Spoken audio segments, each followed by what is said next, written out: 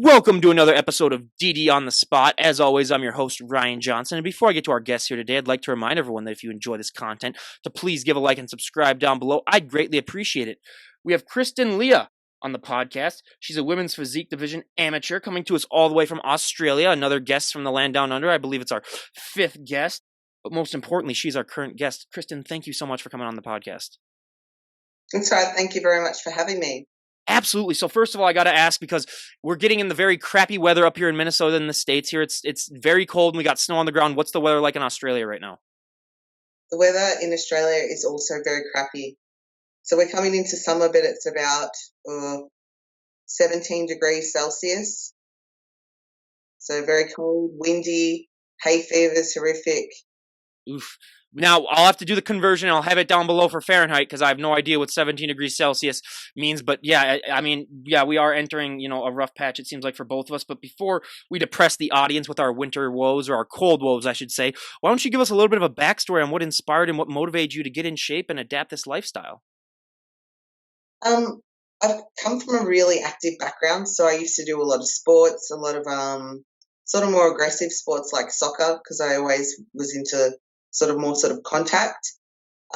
Once I finished high school, I got into running because, I don't know, I just found that running made me feel good. And then as I got older, I got a couple of nagging injuries. And then when I met my husband, we just started training together. And because I'd lived with such discipline my whole life, so I'd had self-imposed discipline, it just I really fell into it, and, it seemed to fit with me. So I excelled and got obsessed and did all the things that I needed to do. So was there a certain moment in your life when you just decided, like, hey, I've gotten into working out, but I want to give bodybuilding a try? Yeah, really. There was a girl that I went to school with, and I hadn't seen her for about 6 years. And then I started seeing on her Instagram that she was entering a fitness competition, and she looked really good. And I sort of looked at myself in the mirror at the gym, and I'm like, I look like that, so why don't I do it? Then I started getting your fitness magazines, and there's a WBFF pro, Tracy Gilly. I saw her and I was like, oh my God, I want to look like that. And I sort of just started progressing and just chasing it.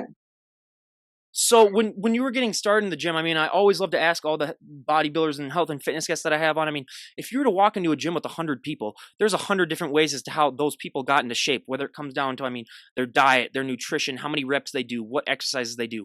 So many little things add up to the overall package that people end up seeing.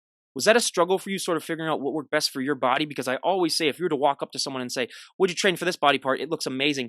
What works best for them 99% of the time might not work as good for you. When I first started training, I was probably about 45 to 50 kilos. So I was really little. And he was this massive 100-kilo man. And so I just started training the way that he was training. And then just started seeing more and more size because I started eating more. Now I have a coach, so he uses different methods on me. But initially I was clueless, really. I just copied my husband. What would you say was probably the biggest nutritional change that you made when you really got started in the thick of things?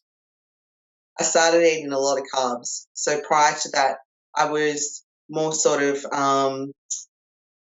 concerned with not eating too much during the day and eating more protein, a lot of protein bars, but eating more carbohydrates. And then I started to really change my body. Yeah, I always say, carbs, there's always that bad rep for carbs where everyone always says carbs are the enemy. But hey, if you're looking to build, there's almost nothing better than carbs if you're just looking to put on size. But a question that I love to ask, because everyone's genetics are different, and a lot of people don't realize that.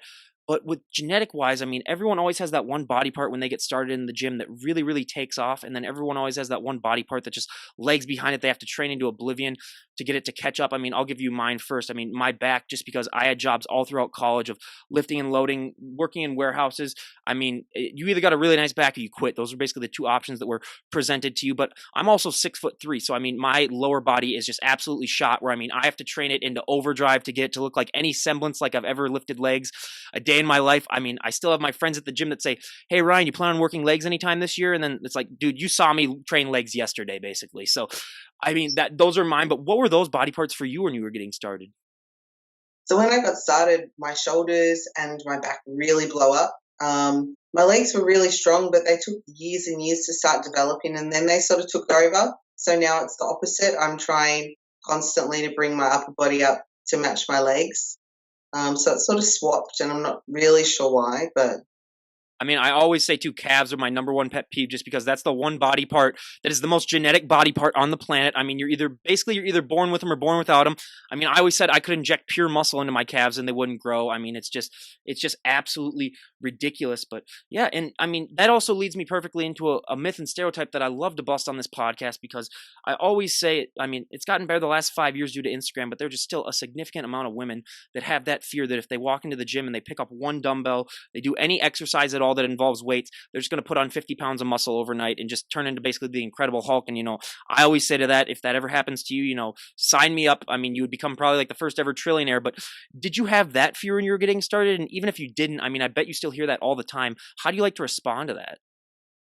no, I didn't really, because about 10 years prior, I was so skinny and I went to the gym to try to put muscle on to enter just a sort of fashionable fitness show, and they told me I was too skinny. And I trained so much, and it took me like a year to put on 5 kilos just overeating. So I didn't really have that fear. And I wish it was true now, because, I've been working a long time to try to get massive and I'm still not massive, but yeah, it's definitely not true. She says she's not mad. Okay, she looks amazing though, everyone. I mean, let's be honest. But yeah, she's not like the Incredible Hulk or anything like that. I mean, but it will not yet. Yeah, give her a couple of years, everyone. It takes time. That's another thing too, especially with the young generation where everyone wants everything now and they want it yesterday, where they don't realize that if you're trying to do this, this is a sport that takes time and it takes dedication, and a lot of people aren't. I think that's why a thing that really turns off a lot of people from the sport, because a lot of people just want that, especially now. I say this especially now that it's like Amazon's Prime Day, where everyone wants their packages there the next day. But same with bodybuilding. I mean, they want the results the next day. But I mean, it takes years upon years of just consistency and hard work and dedication. But I mean, having those qualities is such a great thing to have. How do you think, being a bodybuilder and going through this has impacted your average, your everyday life? Because having these qualities such as, being able to just go into the gym day in and day out and just being competitive and just, just being able to grind. How do you think that has helped you in other aspects of your life? Well, I'm a full-time corporate worker, so I work pretty much all the way through prep, up until the last couple of weeks. I feel like it's made me capable of handling most anything. Also, when bad things happen in life, I've learnt how to endure and how to sort of psychologically adapt to negative things and be able to just push through them. If that makes any sense. Oh, absolutely. Because like I say, with bodybuilding, it is so much more of a mental game than it is really a physical game. I mean, you can convince your body to work out, but mentally, I mean, just convincing yourself to wake up and just do, I mean, and that mental strength really does impact, every other aspect of your life. And I think that that's one thing that a lot of people don't realize when they're getting into this sport. But I mean, let's be honest, you're not the average looking woman, so you are going to get stares. Like if you're dressed like you are right now and you walk out in public. What has it been like getting used to that? Because you sort of turn into like basically like a mini celebrity. I mean, what was that like, and has it gotten easier for you to deal with that as time's gone on? Um, it's sort of when it first started happening, I sort of really enjoyed it. I don't enjoy it so much now. When I'm at work, I usually will try to cover up, because I don't like. I find that if I've got my arms out, then all day people will just come and ask me for diet advice and training advice, and it's like, come on, let's be honest. Like, you're not going to do it, and I can't be bothered going through that conversation again. Um, I find coming up to show in the gym, I like to cover up, because I don't like people just staring at me while I'm training when, like you're really freakily conditioned. Um, yeah, I'm a bit introverted like that in the gym, so I don't really like the stares. But when it first started happening, I was like, yeah, I'm pretty muscly. Oh, well, same here too. I was like, it was all right at first, but I've lost a little bit of it since I've started, having my regular like 9 to 5 job. But yeah, it's you become like a human art exhibit. Is basically the best way that I can put it. Where like everyone always just feels like it's their right to just stare at you. So yeah, it really is a big mental adjustment. But one thing that I think the general public doesn't understand about bodybuilding that I always say is probably the hardest thing that most of these athletes have to go through is the posing aspect. I mean, I always say for so many of my guests, it's harder than the working out, it's harder than the nutrition. I mean, I like to compare it now to being a perfect driver where you can be a great driver, you can never be a perfect driver. You can be a great poser, you can never be a perfect poser. It's always ever evolving. What has your experience with posing been like? Um, yeah, like this was my first year doing women's physique division, and I decided I'm going to choreograph my own routine. So, I would practice every day, trying to look good in the poses. Going through music, I worked with a couple of different pros in Australia, so Sarah Alexander and Vesna Kuzan with my posing. But yeah, towards the end, it's just like you know, you feel really tired, you struggle, you push yourself to go to the gym, and then you're like, got to pose. The posing's very hard, especially on stage when you're sort of trying not to shake, trying to remember what complements your physique the best. Yeah. I always say that, I mean, most people don't realize that after you guys are done with your workouts, or sometimes even before, during your posing sessions, you get more sore than you do from your actual workouts just because the body's not meant to be in that flexed of a state for that long. And it really just, I mean, it takes such a long and hard amount of time to really get that down pat because, I mean, I cringe every time I have guests on and I'm like, oh, so when did you first start posing? And they're like, oh, 2 to 3 weeks before my first show. And I'm just like, oh my God. But out of your physique poses that you do, what is your favorite pose to do and what is your least favorite pose to do? My favorite pose, my favorite pose is side chest. My least favorite pose would be rear double bicep. Why the rear? Because I always said because I'm just gonna say if I ever competed, the rear would be my favorite just because you can put your smile down and you don't have to you can relax just a little bit on your face. But why is the rear your least favorite?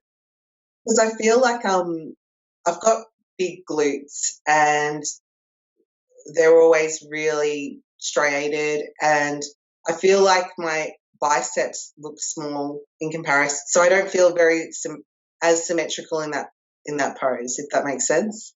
She says as her arms are basically like breaking out of the camera. Basically, we can barely contain them here. So yeah, no, but yeah, yeah, well, I know. Well, yeah, I know, and it's one thing that I mean, yeah. Anytime I hear bodybuilders complain about like body parts on the show, I was like, okay, let's be honest. Let's put the average Joe right next to you, and then we'll see. But no, yeah, I totally like, and it's all about making. It's all about looking, or it's all about having nice symmetry too. A lot of people don't understand that in the general public. They just think that like, oh, if you have the biggest arms, if you have the biggest legs, you're gonna win. But no, it's about symmetry. Like that's not what the judges are looking for. I'm always worried that the judges are like, because they'll match the bottom to my top, they'll be like, oh, her arms are a little bit small. I know it's not my most symmetrical pose, so I always worry when I do it. What do you train specifically for arms then to try to get them to catch up? Do you just do a lot of time under tension, or is there just specific, or do you like to mix it up a lot? Um, it really depends. So my coach gives me like 6 weekly programs, so we go through a couple of different phases. It's always time under tension, so there's no exercise he gives me for anything that's ever less than 3 seconds, most of 4. So I've found that since I've been with him, I've gotten incredibly strong, and had a lot of muscle development as well. So it's a really effective way to train. I see a lot of people just, repping out, but yeah, since I've started training like that, I've seen a lot of development. And I gotta say, like I was a little bit aware of it before I started this podcast, but after I've had so many guests come on and recommend it, I started doing that, like 6 or 7 months ago. And yeah, it is a great way to work out. So if anyone is interested in that, I definitely recommend going and looking that up because yeah, I do feel that that really does target the muscles a lot more than a lot of the other types of ways that other people try to do it. But a question that I love to ask all of my health and fitness guests that compete at least is that, as you can tell, I'm one of the palest people you'll ever meet in your entire life. I mean, my thick Norwegian skin being in the upper Midwest, I know you are too, but I mean, let's be honest, like if you ever met me in person, you would be like, oh my God, that guy's like the Twilight vampire, except, it's just pale. Like I can't go outside without getting, absolutely burnt to a crisp, or I get farmer's tan, where let's be honest, that is not a real tan. but bodybuilders get tan, and I've never been tan a day in my life, so I always love to ask, I mean, what is that feeling like when you get that tan on? And we hear so many stories about how, like, you see muscles that you never even knew that you had. Everything really seems to pop out. What is that feeling like for you when you finally get that last coat on and you're like, "Oh my god, this is amazing." Um, I'm sort of like in a love-hate relationship because I hate the tan. I hate the tan. I feel dirty and gross, and like if you see me in real life because I'm blonde, it looks quite shocking, me having blonde hair and like this dark skin. But yeah, when I see it on stage under the lights and you can see all of the veins and the feathers in your quads, it's quite shocking because yeah, I sort of intentionally keep myself pale so I can't see so much in prep. Um, and yeah, it makes a massive difference. So I was really surprised when I saw all of my stage shots. Like, wow, that So was me, really? so since you like purposely like keep yourself pale, does that add to like extra worrying where you're like, "Oh my god, I don't know if this is going to pop out or not," and you really just have to wait until like the last second before you realize like, "Oh my god, what was I worrying about? Like it looks great in the tan." It makes me work harder. Yeah. Oh, that's true. Yeah. So I'm like, oh, my tricep looks a bit fat. Can work harder. Do you Well, know well, what I well, mean? well, I mean, that's why I always say, like, if you're as pale as I am, or you are, and you look really great, you know that you're gonna look amazing in that tan. So that is true. I never actually thought about that before, but yeah, I also got to say with that tan too. I mean, just to add on to the checklist of what you guys have to go through. I mean, we hear so many stories about how you can't sit on anything, you can't stand up against anything. I mean, you're just basically you have to become like a human statue again, where I mean, you can't really touch anything just because it goes off on everything. So again, it's just like all that stuff that you have to go through. But what inspired you to make that change into women's physique? Was it just that you were getting too big and you just wanted to keep going, or had you always wanted to go to physique? I think my body shape. So when I first started, I was doing figure, and I'd always place, but I'd never get that number one.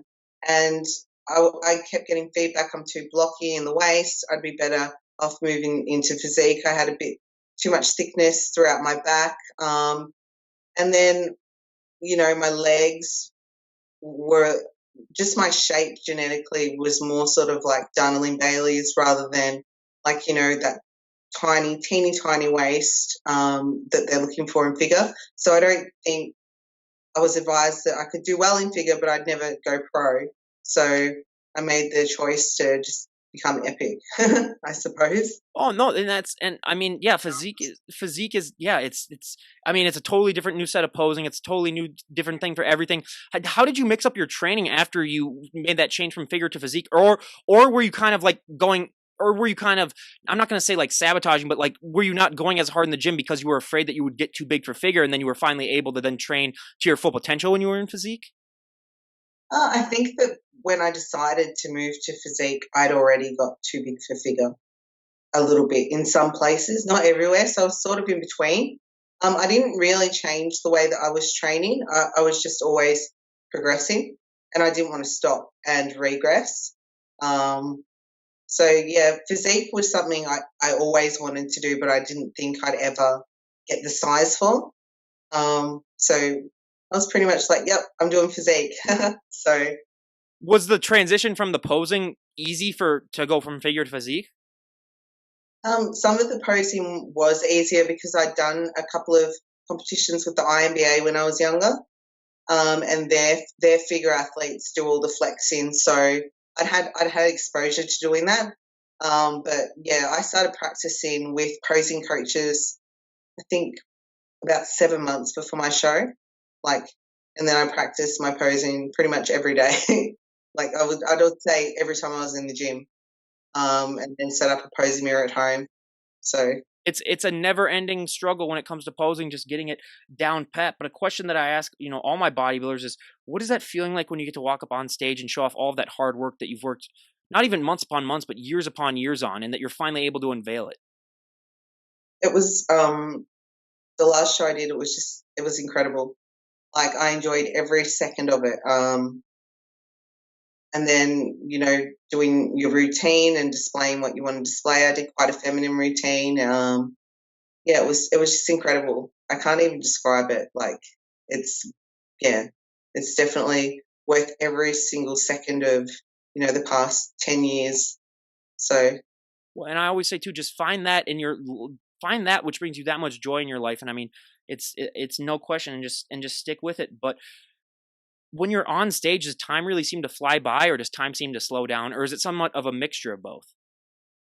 when you're doing your routine, time seems to go fast, and you have to focus on slowing down so that you know hit all your poses. It's a little bit different this year. They cut our routine short, and we're sort of told as we're going on. So I'm like, oh no, which poses do I drop? Um, when we're yeah, it seems to go fast on stage, I think. No, and I've heard like a mixture of both too, where it really just depends. Because like if you're doing like those call outs, I mean, we've had people that have been on there for like 45 minutes, and I was like, okay, yeah, that's got to seem like it's taken like forever. But yeah, for all the hard work that you guys put into it, sometimes you're only on that stage for a couple minutes, and that just shows even more of the dedication that I mean you have for the sport. Just be on for that much, because most athletes, I mean, they're on for hours upon hours that if they're training for something. But I mean, that just shows how dedicated it is. But now I got to go to a fun question. What is your go-to post-show meal?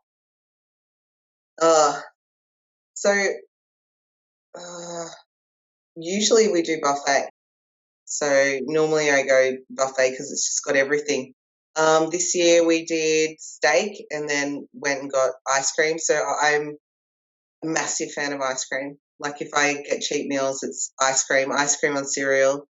So that would be my go-to. What's your go-to flavor of ice cream? Chocolate. Yeah.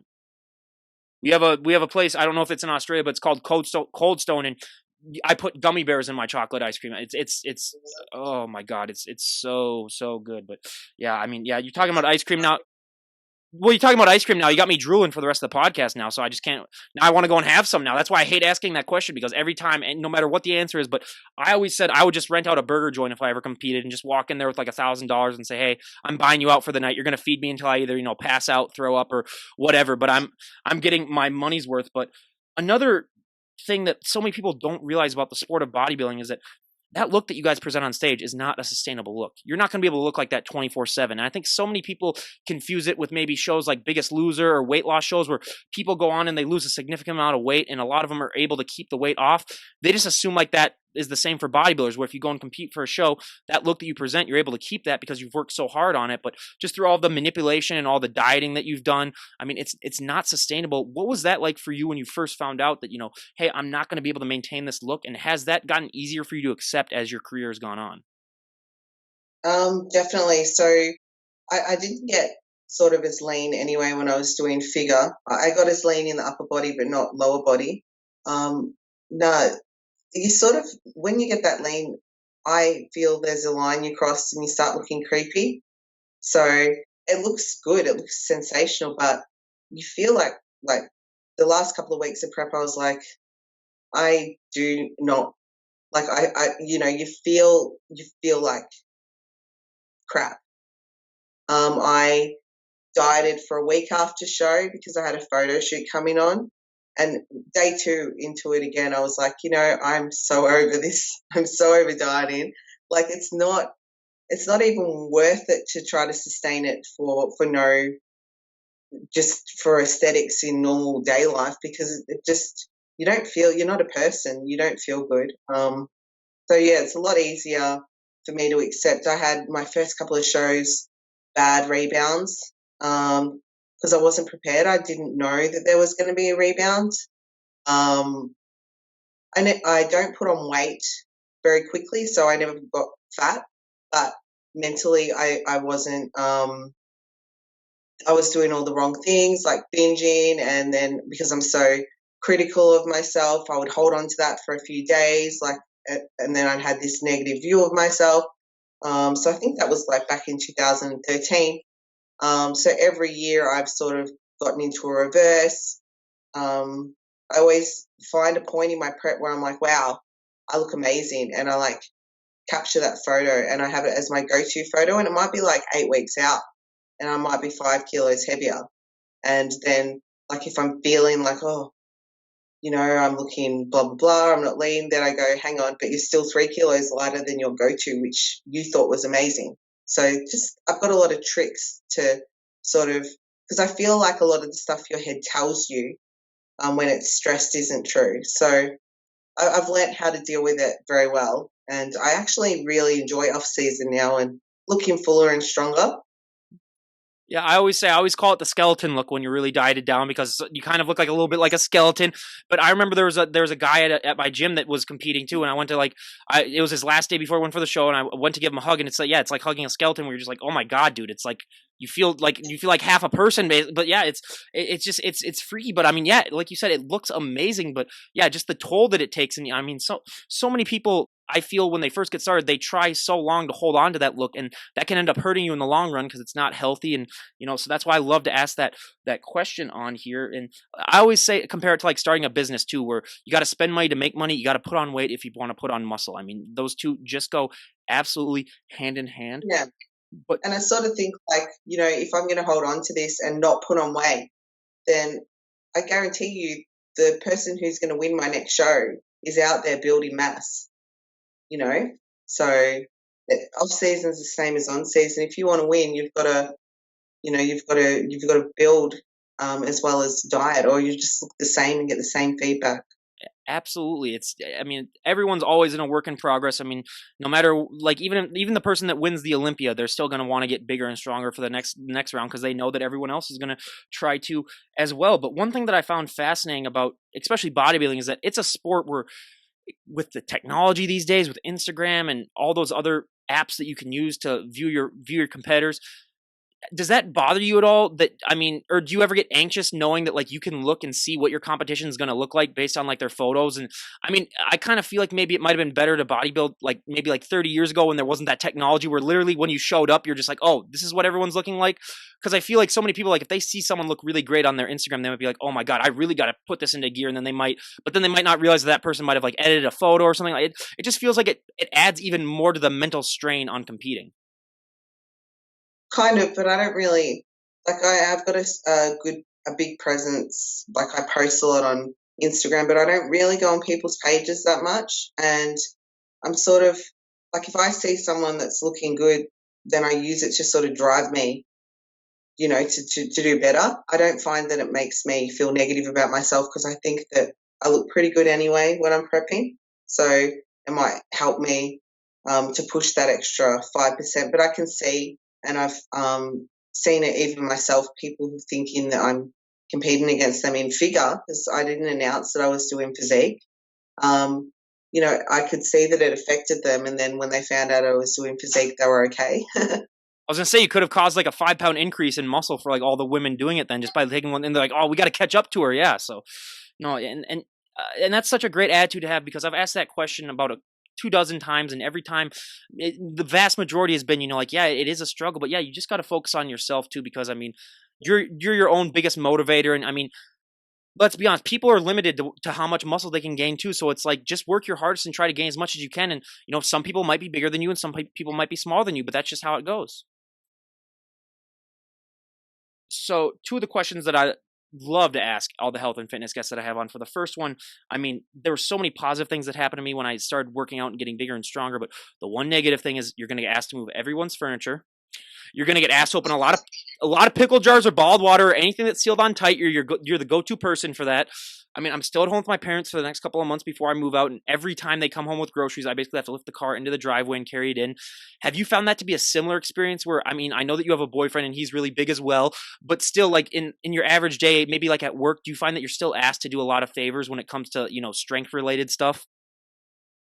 No, not really, because I work corporate. So the only thing that we lift at work is our mouse, or not really in terms of moving or anything like that either. I did a bit of retail work and um, with with some people about a year ago, and the boys used to make me do all the merchandising. But um, Well, that's lucky then too, I gotta say, because yeah, I always said being 6'3", it's a double-edged sword for me. Where I mean, it's like I could have zero muscle at all, and they'd still be like, "Oh yeah, tall guy, go and do that." But yeah, it's been never-ending adjustment. Now I was gonna say, everyone out there who's listening to this who might be a bodybuilder, then work corporate then I guess, because what are you gonna say other than your mouse or maybe like a coffee cup? There's not gonna be that much else.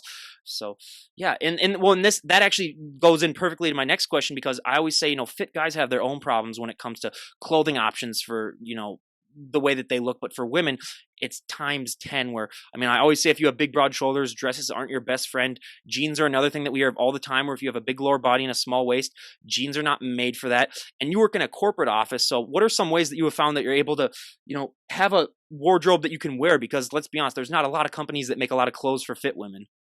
Yeah, if any of the sleeveless dresses, they don't fit my back because they're tight. If anything's going to fit my arms and my back, it's got to be, if it's fitted, it's not going to fit my back. So if it fits my arms, everything that I wear sort of at work has to sort of really be oversized. Really, there's nothing, because my waist isn't not massive. It's not big, too big for figure, but not big. But yeah, anything that sort of fits my arms is just, and lats is sort of loose. So there are no corporate clothes for bodybuilders. Well, and you basically have to have two wardrobe as well. You have to have your prep wardrobe and you have to have your off-season wardrobe. So again, I mean, it's just, so if anyone out there could come up with anything, especially for corporate too, because out of the bodybuilders I've had on, I've only had like a handful that work corporate, because most of them are just like, hey, there's no way that I'm ever going to fit in those clothes, so I might as well, find a job where I don't have to do that. But hey, more props to you for still doing that, and your body's always constantly changing and evolving. So yeah, you basically, I mean, if you have to buy something, you might want to buy it within like a one size range, one size too small, one size too light, because hey, you never know what you're going to look like, a month from now.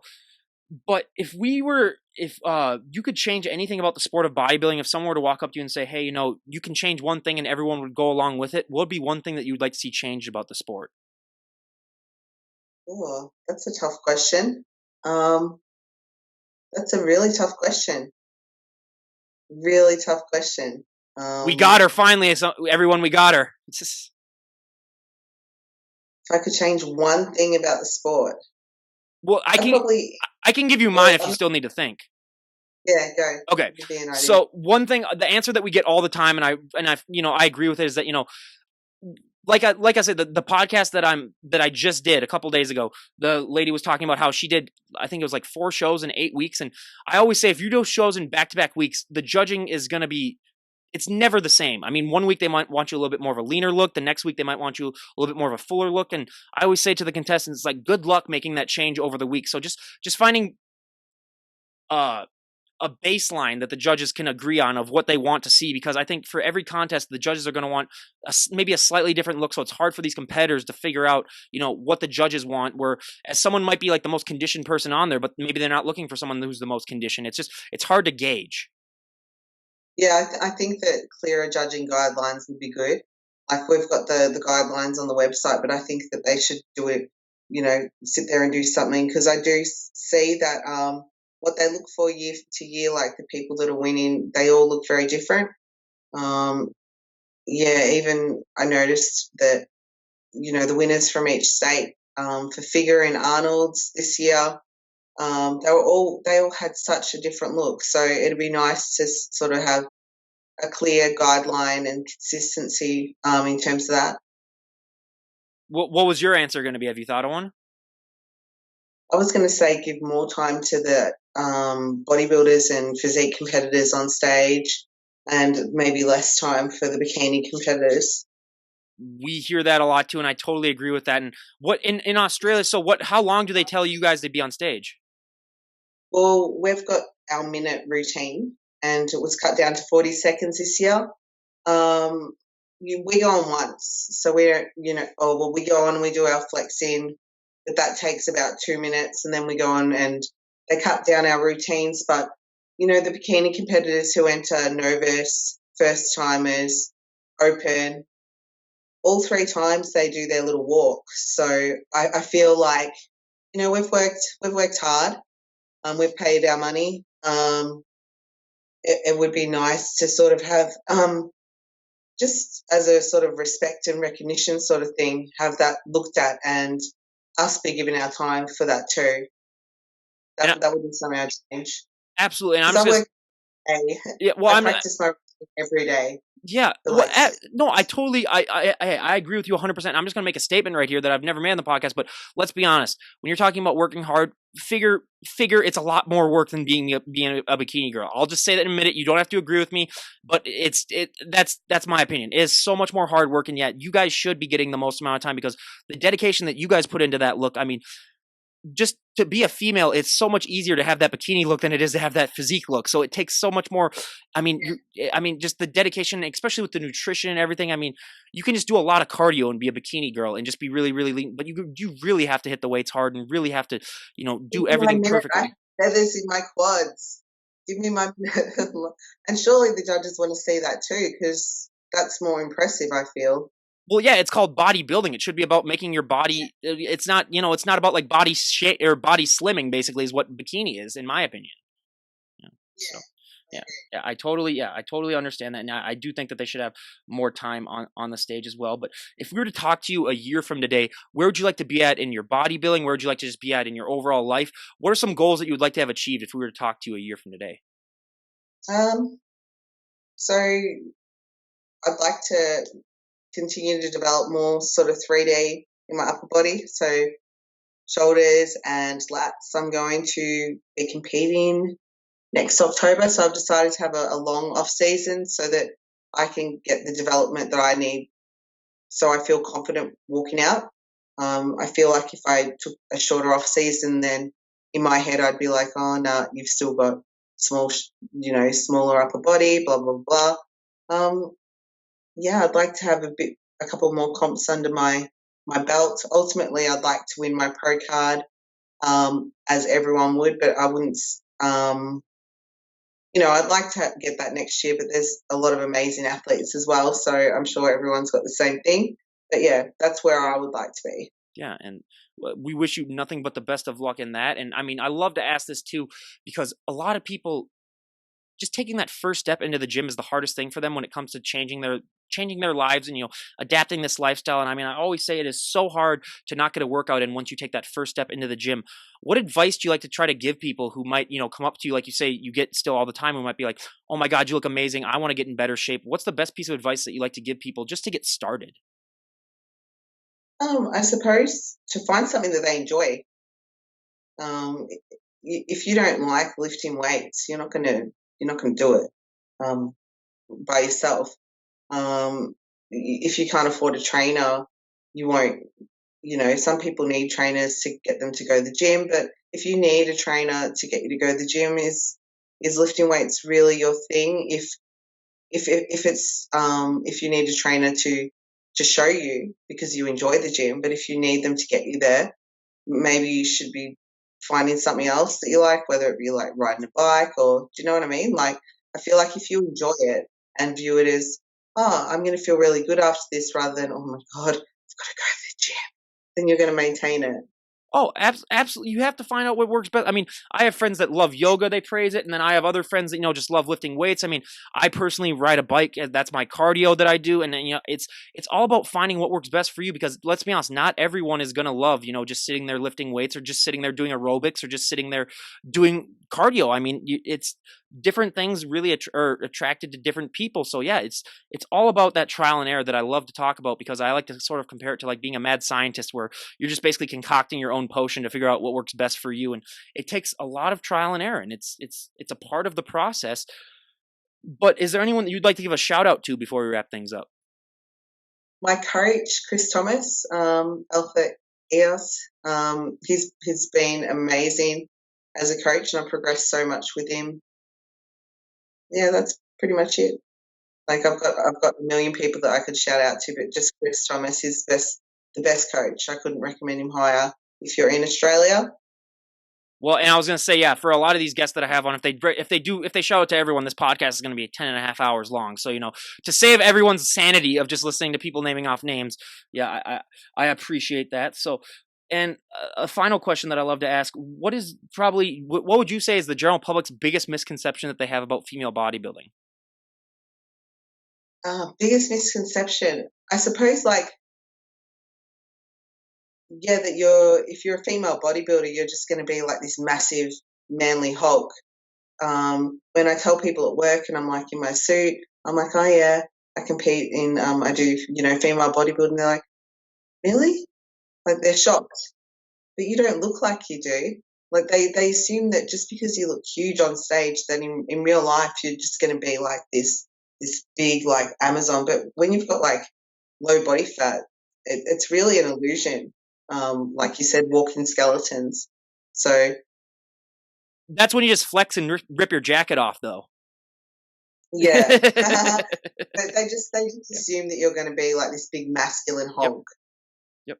Well, another big one that I've heard too is that a lot of people they just assume that you're going to be like mean or something just because that's a stereotype. But I've said this a million times and I'm going to say it again that bodybuilders are some of the nicest people I've ever met on the planet, and that's why another reason why I love having them on is just to help dispel those myths. And yeah, and again, Kristyn, we cannot thank you enough for being on this podcast. I mean, it was so great having you on and sharing your story, and we wish you nothing but the best of luck. Thank you very much for having me. Absolutely. Well, I was going to end this. Could you embarrass everyone and give us a front double bicep? Okay. Yep. Okay. Yeah. She's going to, yeah, that's not even fair. So again, this is Ryan Johnson, DD on the spot, signing out. Have a great day, everyone.